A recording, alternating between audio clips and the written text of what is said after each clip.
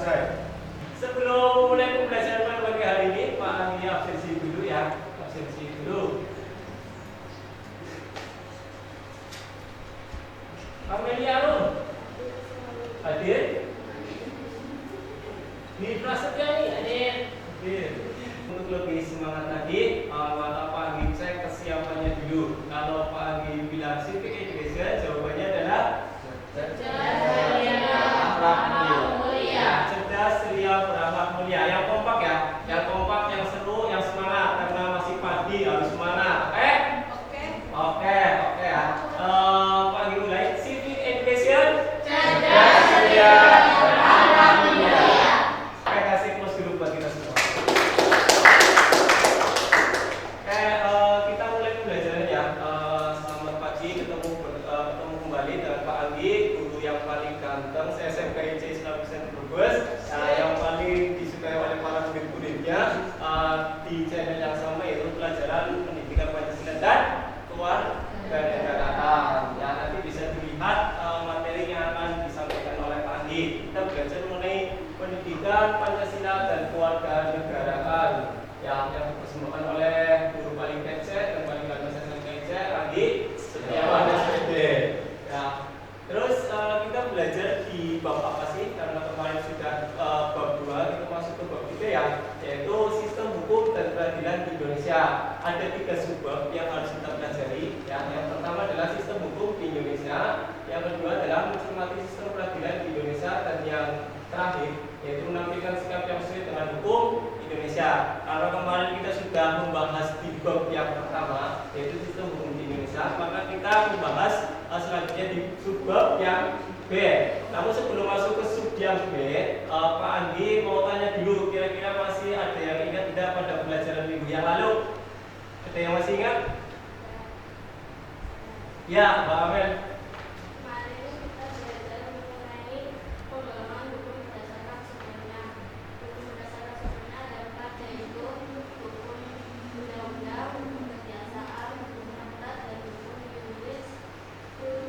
Ya, luar biasa, kasih plus dulu. Minggu ini luar biasa, sampai hafal. Ya. Terus ada yang mau menambahkan? Ya, Mbak Leni.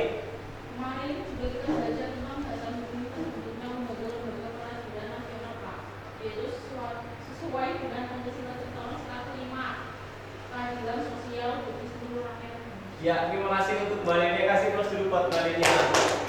Terus kita belajar mengenai sub yang B, yaitu mencermati sistem peradilan di Indonesia. Terus tujuannya untuk apa sih kita mempelajari di subbab yang kedua ini? Tujuannya adalah yang pertama, setelah mengamati tayangan gambar video, jadi nanti Pak Anggi akan menayangkan video ya. Nanti ada cermati, hayati, bila ada yang ditanyakan nanti ditanyakan. Setelah mengamati tayangan gambar video, peserta didik dapat menganalisis sistem hukum di Indonesia dengan meyakinkan. Nah, terus di pembelajaran pada pagi ini, aspek apa aja sih yang aspek penilaian apa saja yang harus dinilai dari Pak Anggi? Yang pertama adalah penilaian sikap. Jadi setiap pembelajaran Pak Anggi biasa ya ada 3 penilaian sikap, pengetahuan, dan juga keterampilan. Terus kita lanjut ke materinya. Ini materi intinya ya. Materi intinya yaitu di bab 3 mengenai sistem dan peradilan hukum yang ada di Indonesia. Nanti Anda bisa tonton videonya. Kalau ada pertanyaan ataupun ada yang bisa menyimpulkan dari video ini, nanti disampaikan di depan kelas. Siap? Salam sejahtera untuk kita semua. Selamat datang di kelas pendidikan kewarganegaraan. Pada video kali ini, kita akan membahas materi kelas 11, yaitu tentang sistem hukum dan peradilan Indonesia bagian kedua. Cermati ya, kalau ada yang mau ditanyakan ataupun menyimpulkan, monggo. Pada bagian ini, kita akan membahas materi tata hukum Indonesia dan sistem peradilan Indonesia. Tata hukum di Indonesia dimulai sejak proklamasi kemerdekaan, karena pada saat itu negara lahir dan menentukan sendiri hukum yang berlaku. Sudah lihat tadi tayangan videonya? Ya. Sudah ya?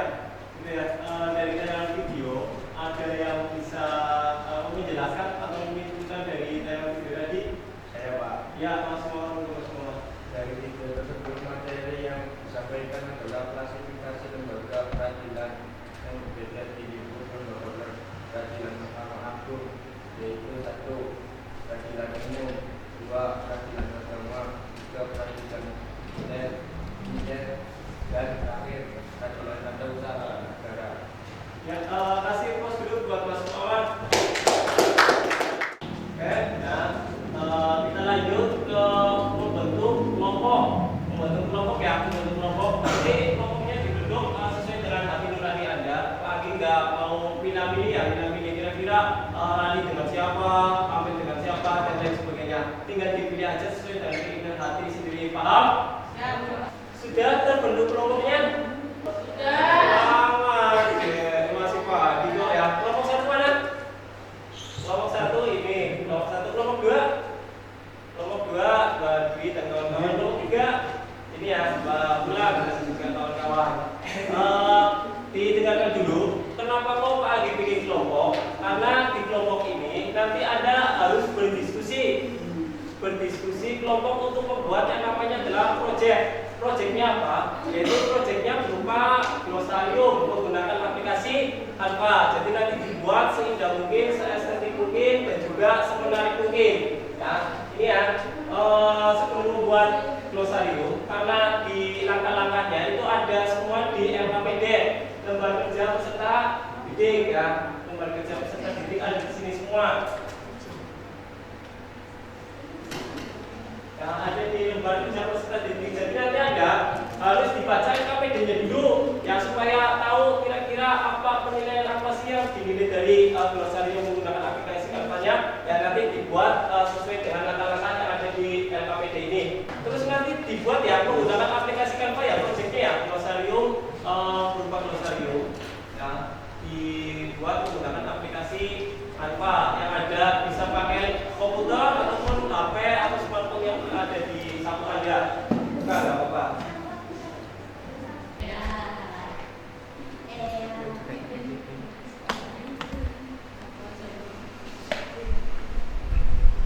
Kelompok berapa? Kelompok 3. Namanya siapa aja? Bisa ditulis di LKPD-nya ya, namanya dulu ya, supaya nanti Pak Anggi milihnya gampang. Terus nanti dibuat glosariumnya semenarik mungkin, ya sebagus mungkin, secantik mungkin, supaya Anda juga ingat kata-kata atau kata-kata asing yang ada di glosariumnya. Ya.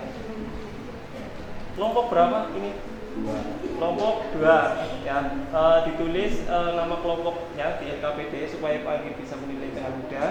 Terus nanti dibuat project glosariumnya menggunakan aplikasi Canva ya sebagus mungkin, semenarik mungkin, dan juga kosakatanya supaya bisa banyak, nah, supaya nanti bisa hafal juga. Sudah ditulis kelompoknya. Kelompok berapa ya? Kelompok 1, Mbak Lenia dan kawan-kawan. Tulis ya nama kelompoknya dan juga buat glosariumnya. Ya.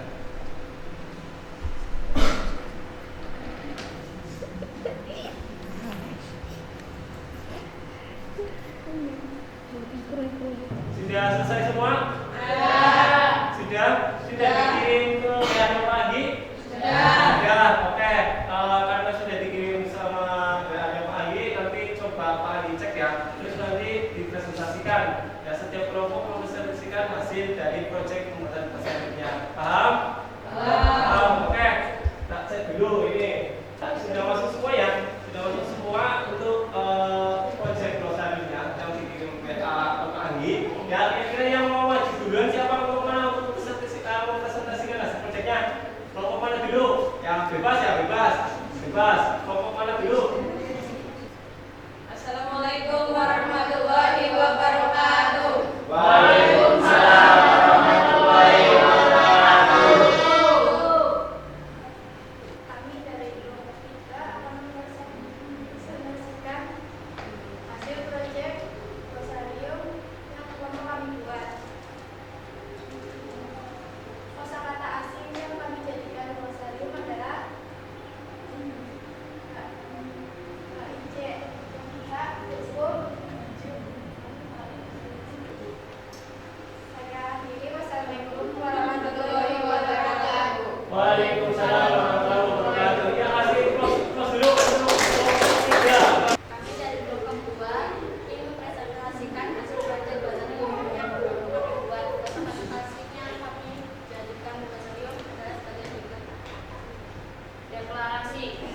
pernyataan ringkas dan jelas tentang suatu hal. Demokrasi, pemerintahan dari rakyat oleh rakyat untuk rakyat.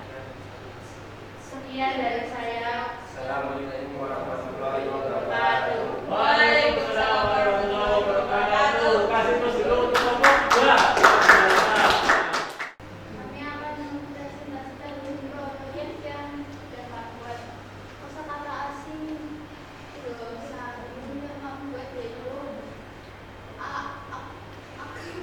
akuntabilitas, pertanggungjawaban, asas alas dasar sesuatu yang menjadi kebutuhan berpikir dan berpendapat. Sekian dari kami. Wassalamualaikum warahmatullahi wabarakatuh. Waalaikumsalam warahmatullahi wabarakatuh. Ya, kasih terus dulu buat kelompok 1. Ya, wajib semua ya. Berarti tadi sudah dari kelompok 1 sampai dengan kelompok 3 sudah wajib semua dan juga sudah mempresentasikan hasil proyek glosarium yang dibuat melalui aplikasi Canva. Luar biasa bagus ya.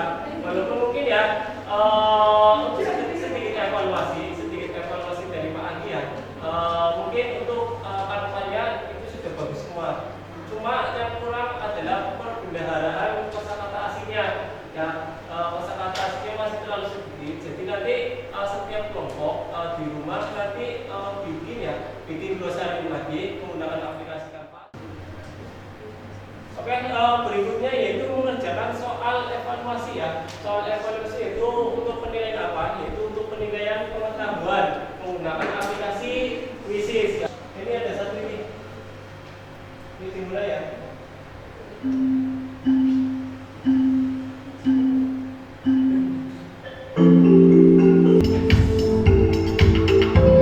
Ada yang bisa? Ada yang bisa?